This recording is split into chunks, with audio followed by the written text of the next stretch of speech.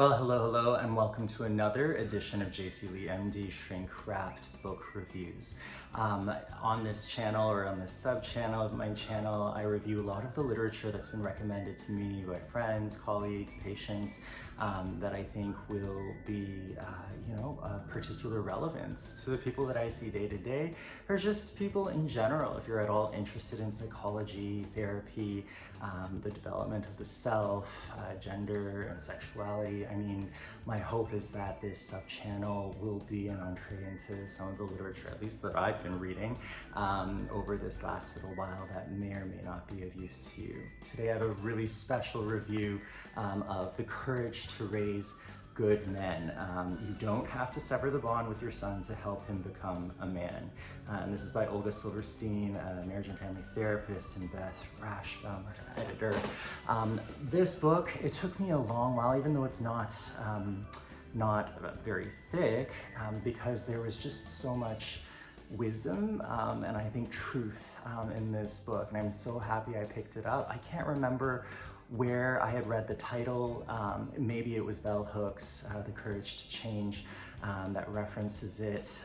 But the central thrust of this message, I mean, Silverstein takes on, everyone from Frued to Robert Bly, the Iron John guy, the men's movement, all of that, and really sort of lays bare the difficulty that we all put ourselves in when we insist that adolescent boys, or even young boys, be as distanced from their mothers as possible. And we saw this with Freud, like, we don't want to be too close lest we invoke some sort of Oedipal, dynamic, and it's, oddly sexually tinged if a boy and his mother are emotionally close or intimate. And of course, Robert Bly talks about, evolving from the soft man, the effeminate man, to the hairy man. And Silverstein really takes on a lot of the difficulties that really affect us when we think of masculinity and femininity in these opposites. Like, either you're independent or you're intimate, you're isolated or you're closely connected, and how we tend to divide things up amongst the genders. For instance, the 1950s breadwinner trope of the man who goes out post-industrial revolution and works the 9 to 5 to put food on the table, while Joan Beaver or whatever is at home, making the house and the like. And so in this kind of structure that is societally sanctioned and even promulgated by people who would probably refer to themselves as feminists or highly evolved or woke people, tends to make halves of people. We have men who might be outwardly really successful, have all the outward accoutrements of success, the Tesla, the 6-figure salary, but are emotionally vacant or unavailable to their children, or really have no physical or emotional bond with their children, or sometimes with their wives and partners.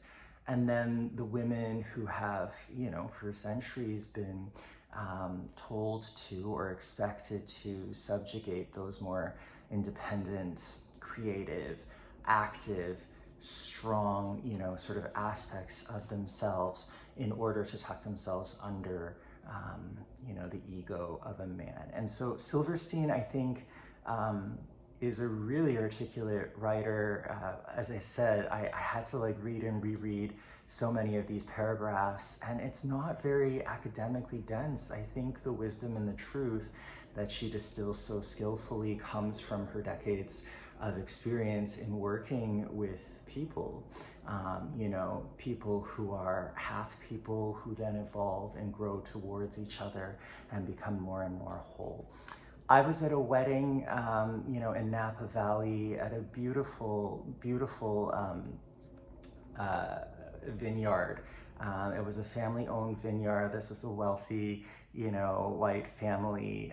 And what I loved about what the bride said to her groom was that, in you I found my better whole.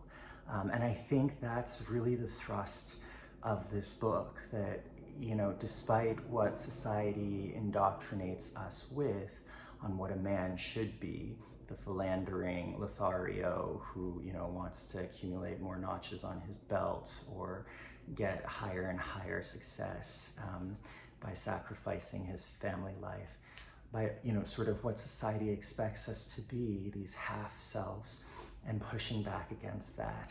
And I think what Silverstein does so well too is that she shares from her own experience that despite being, a therapist, physician heal thyself kind of mentality, she grapples with the ways in which she may have consciously or unconsciously distanced herself emotionally from her son Michael, and the potential divide, or the actual divide that both of them acknowledge that sort of generated.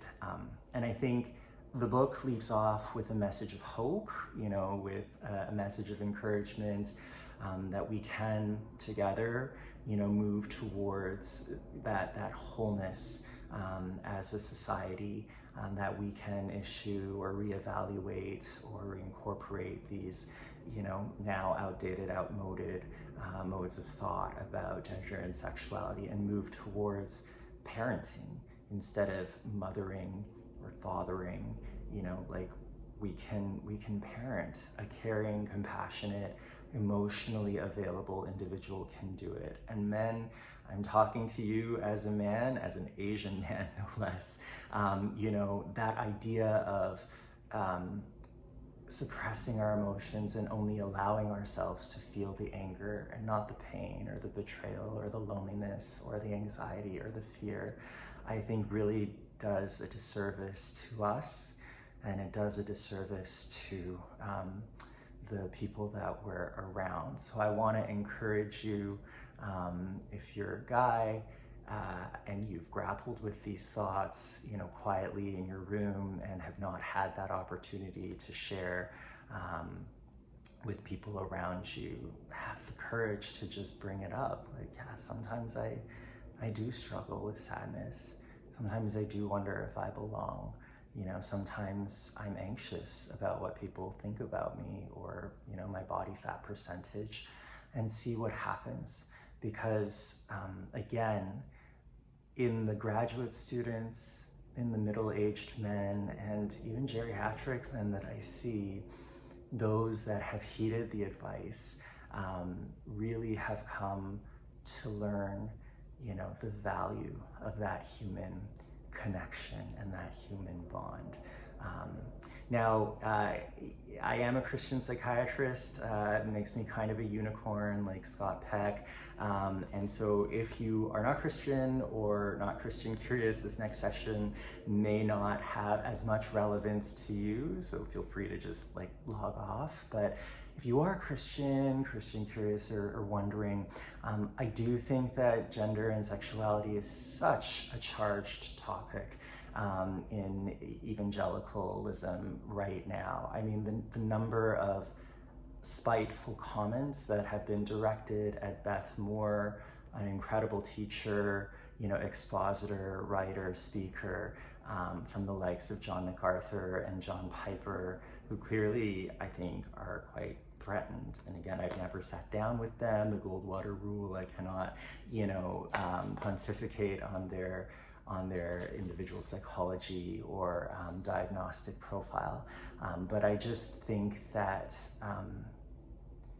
if we can sit with that idea that men and women are made in the image of God, and really come to recognize that the fruits of the Spirit know no gender, and that Jesus, refers to himself as a mother hen wanting to gather Israel under his wings.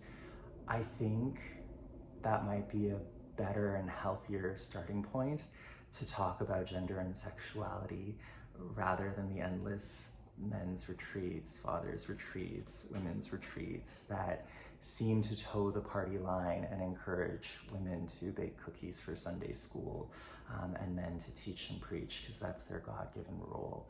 Now, whether you are, a complementarian or an egalitarian, really my one admonition or encouragement to you as a fellow sojourner on this walk is to see all people as made in the image of God.